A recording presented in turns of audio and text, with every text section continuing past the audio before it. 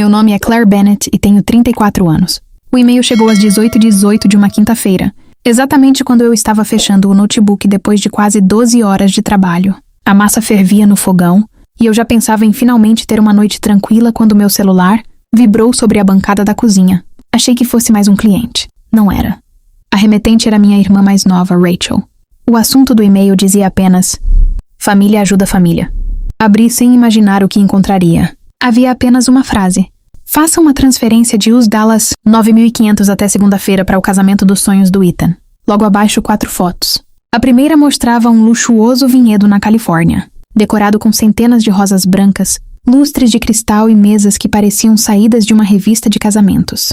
A segunda era de um smoking feito sob medida, ainda na loja, com a etiqueta pendurada. A terceira mostrava uma fatura no valor de US$ 9.486,73, destacada em amarelo.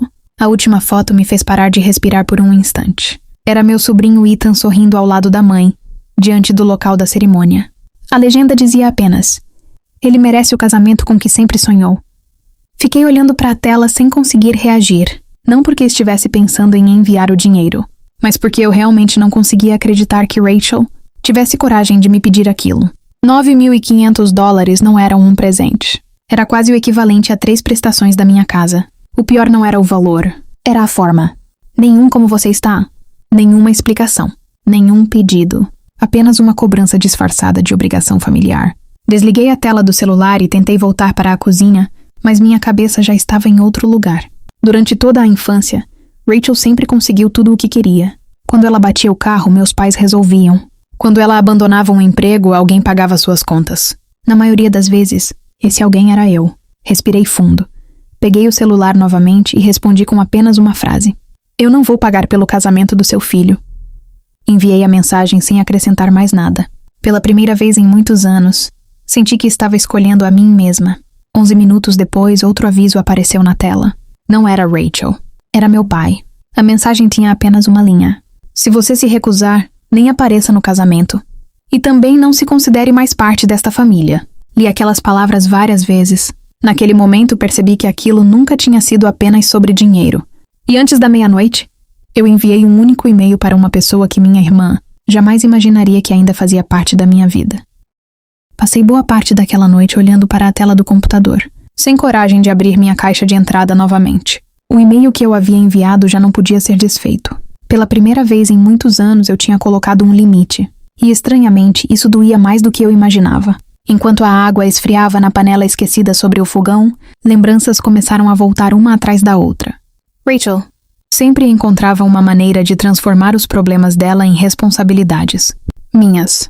Quando decidiu abrir uma pequena loja em São Paulo, foi meu nome que apareceu como fiadora do contrato comercial, porque, segundo ela, o banco confiava mais em mim. Ela prometeu retirar meu nome assim que o negócio começasse a dar lucro. Isso nunca aconteceu. Meses depois, quando a loja fechou, fui eu quem recebeu as primeiras cartas de cobrança. Ela pediu desculpas, chorou, prometeu resolver tudo e simplesmente desapareceu.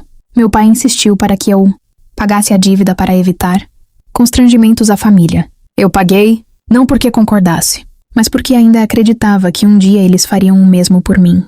Esse dia nunca chegou. Nos anos seguintes, continuei sendo a pessoa que todos procuravam quando precisavam de dinheiro, favores ou soluções rápidas. Quando minha mãe precisou de uma cirurgia, fui eu quem reorganizou toda a agenda do hospital. Quando Rachel precisou de alguém para cuidar de Ethan durante uma viagem, fui eu quem dirigiu mais de 8 horas até Curitiba para ajudá-la. Nunca pedi nada em troca. Nem mesmo um simples obrigada. Foi por isso que aquele pedido de os 9.500 doeu tanto. Não era apenas o dinheiro.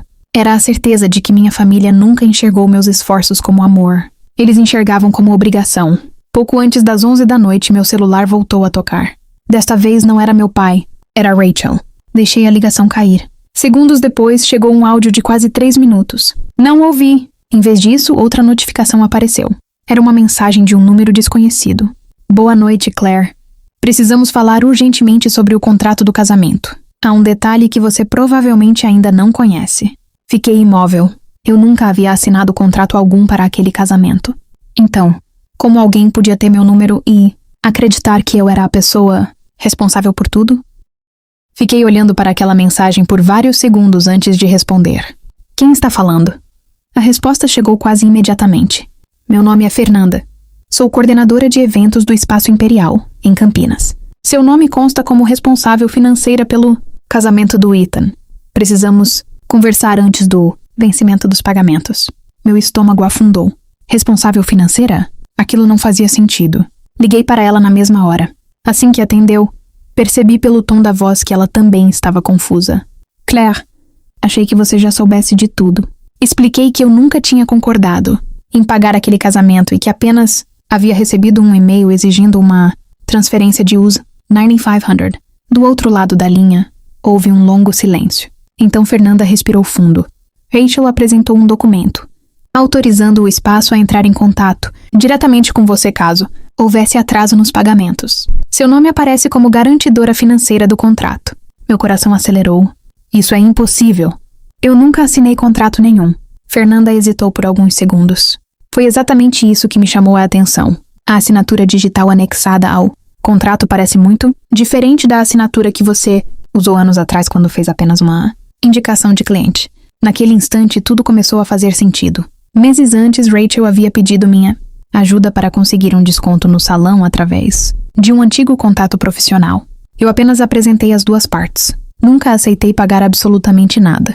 Mesmo assim, ela aproveitou aquela apresentação para me colocar como responsável por praticamente todos os fornecedores. Fernanda continuou explicando. O buffet, a decoração, a iluminação, a banda. Até a confeitaria em Campinas utilizava meu nome como contato principal.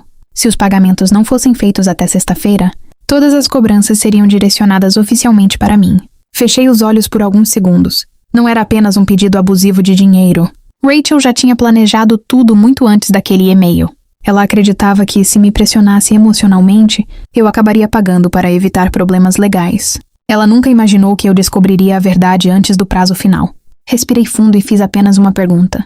Fernanda, ainda existe tempo para retirar completamente meu nome de todos esses contratos? Ela respondeu sem hesitar.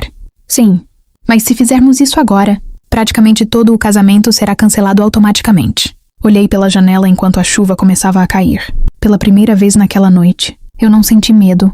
Senti que finalmente tinha encontrado a verdade que precisava. E antes de desligar a ligação, pedi apenas uma coisa. Não cancele nada ainda. Amanhã de manhã, vou lhe enviar um e-mail com tudo o que você precisa para acabar com essa fraude, de forma definitiva. Na manhã seguinte, acordei antes mesmo do despertador tocar. Pela primeira vez em anos, eu não estava nervosa. Estava absolutamente calma. Passei quase 2 horas reunindo tudo o que precisava. Antigos e-mails, mensagens, comprovantes e o histórico completo da conversa que mostrava que eu jamais havia concordado em financiar o casamento. Às 8h15 da manhã, enviei um único e-mail para Fernanda, anexando todos os documentos. Também solicitei oficialmente a retirada imediata do meu nome de qualquer contrato relacionado ao evento. Menos de 20 minutos depois, meu telefone começou a tocar sem parar. A primeira ligação foi de Rachel. Ignorei. Depois vieram meu pai, minha mãe e 2 números que eu nem conhecia. Ignorei todos. Às 9 horas, Fernanda me ligou. Sua voz era firme. Claire, já concluímos a análise dos documentos. Sua assinatura realmente não corresponde à utilizada no contrato. Nosso departamento jurídico decidiu suspender imediatamente todos os serviços até que a responsabilidade financeira seja esclarecida. Fechei os olhos por um instante. Era exatamente o que precisava acontecer. Sem um responsável legal, nenhum fornecedor continuaria o trabalho. O salão em Campinas cancelou a reserva. A empresa de decoração interrompeu a montagem. O buffet suspendeu a produção. A confeitaria cancelou o bolo. Até a banda informou que não se apresentaria sem a confirmação do pagamento. Pouco depois das 10 horas, Rachel apareceu na porta da minha casa.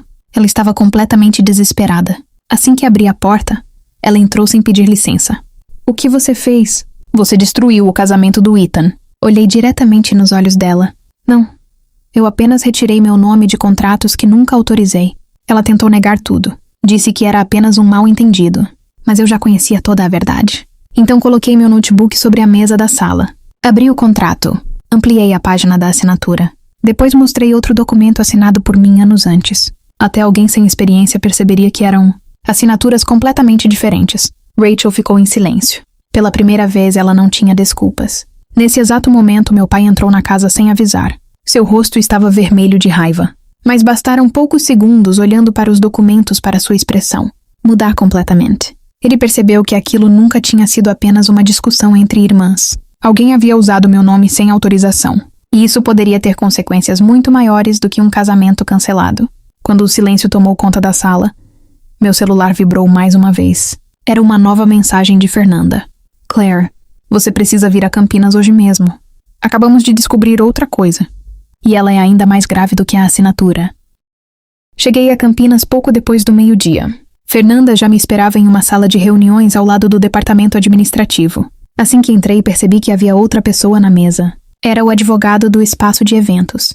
Meu coração acelerou. Fernanda deslizou uma pasta em minha direção. Claire, encontramos mais documentos vinculados ao seu nome. Abri a pasta lentamente. Havia contratos do buffet, da decoração, da iluminação e até da empresa de fotografia. Todos tinham a mesma assinatura falsa.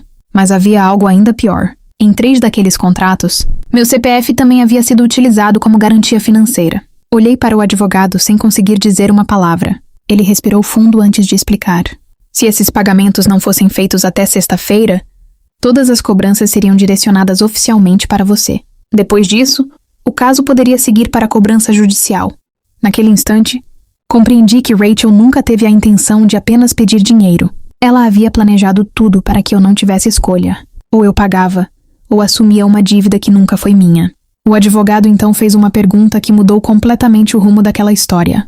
A senhora deseja registrar oficialmente que essas assinaturas não foram autorizadas? Olhei para os documentos mais uma vez. Durante anos eu havia protegido minha irmã. Sempre encontrava uma desculpa para os erros dela. Mas naquele momento, percebi que continuar em silêncio significava aceitar ser a culpada. Respirei fundo. Sim, quero que tudo seja registrado. Menos de 2 horas depois, todos os contratos foram oficialmente anulados em relação ao meu nome. Os fornecedores receberam a documentação atualizada e cada empresa passou a cobrar diretamente Rachel e o noivo do Ethan. Meu telefone começou a tocar novamente. Desta vez não era apenas minha família. Alguns fornecedores também tentavam falar comigo, apenas para confirmar que eu realmente não fazia mais parte do evento. No início da noite, Rachel apareceu outra vez. Ela já não gritava, ela chorava. Disse que tudo havia saído do controle, que nunca imaginou que eu chegaria tão longe. Olhei para ela por alguns segundos. Não fui eu quem foi longe demais, Rachel. Foi você quem decidiu usar meu nome, meu crédito e a confiança da nossa família para construir um casamento que nunca poderia pagar. Ela abaixou a cabeça. Pela primeira vez desde que tudo começou, não tentou me interromper. Antes de ir embora, deixou escapar uma frase que confirmou tudo o que eu já suspeitava. Se você tivesse feito a transferência, ninguém jamais teria descoberto. Naquele momento, qualquer dúvida desapareceu. Mas eu ainda não fazia ideia de que, menos de 48 horas depois, toda a nossa família descobriria a verdade, diante de todos. 2 dias depois, nossa família se reuniu na casa dos meus pais, em Campinas. Oficialmente seria uma conversa para tentar resolver o problema. Mas quando entrei na sala, percebi que ninguém estava ali para ouvir a verdade. Rachel chorava. Meu pai caminhava de um lado para o outro. Minha mãe evitava olhar para mim. Sobre a mesa estavam os contratos impressos. E também o relatório enviado pelo departamento jurídico do espaço de eventos. Meu pai foi o primeiro a falar. Claire, basta retirar a denúncia. Podemos resolver isso entre nós. Olhei para ele por alguns segundos. Durante 34 anos eu sempre havia sido a pessoa que cedia. Naquele dia seria diferente. Coloquei outra pasta sobre a mesa. Dentro dela estavam todos os e-mails, mensagens e documentos que provavam exatamente quando Rachel usou meu nome sem autorização. Fernanda também havia enviado uma confirmação, por escrito, mostrando que eu nunca assinei aqueles contratos. O silêncio tomou conta da sala. Minha mãe começou a chorar. Meu pai abaixou a cabeça. Rachel tentou dizer que estava desesperada, que faria qualquer coisa pelo filho. Respirei fundo antes de responder. Fazer tudo por um filho nunca deveria significar destruir a vida de outra pessoa. Ela não conseguiu responder. Naquela tarde, Ethan chegou acompanhado da noiva. Ele parecia confuso. Disse que só naquela manhã descobriu que a mãe havia escondido toda a situação dele, então fez algo que ninguém esperava. Olhou para mim e disse: Tia Claire, eu sinto muito. Eu nunca pedi um casamento de luxo. Eu só queria que nossa família estivesse feliz naquele dia. Aquelas palavras mudaram completamente o ambiente. Percebi que ele também era vítima das escolhas da própria mãe. Sorri para ele. Você não precisa de um casamento milionário para começar uma vida bonita. Algumas semanas depois, Ethan e a noiva organizaram uma cerimônia simples em um pequeno jardim de Campinas. Apenas familiares e amigos próximos estavam presentes. Sem lustres de cristal, sem luxo, sem dívidas. Antes da cerimônia começar, Ethan caminhou até mim. Obrigado por não pagar aquele casamento. Se você tivesse pago, eu nunca teria descoberto quem realmente estava sendo usada. Naquele momento, senti que todo o sofrimento finalmente fazia sentido. Eu não havia perdido uma família. Eu apenas havia deixado de carregar pessoas que nunca me enxergaram como filha ou irmã, mas apenas como uma solução financeira. Enquanto os noivos trocavam as alianças, meu pai se aproximou discretamente.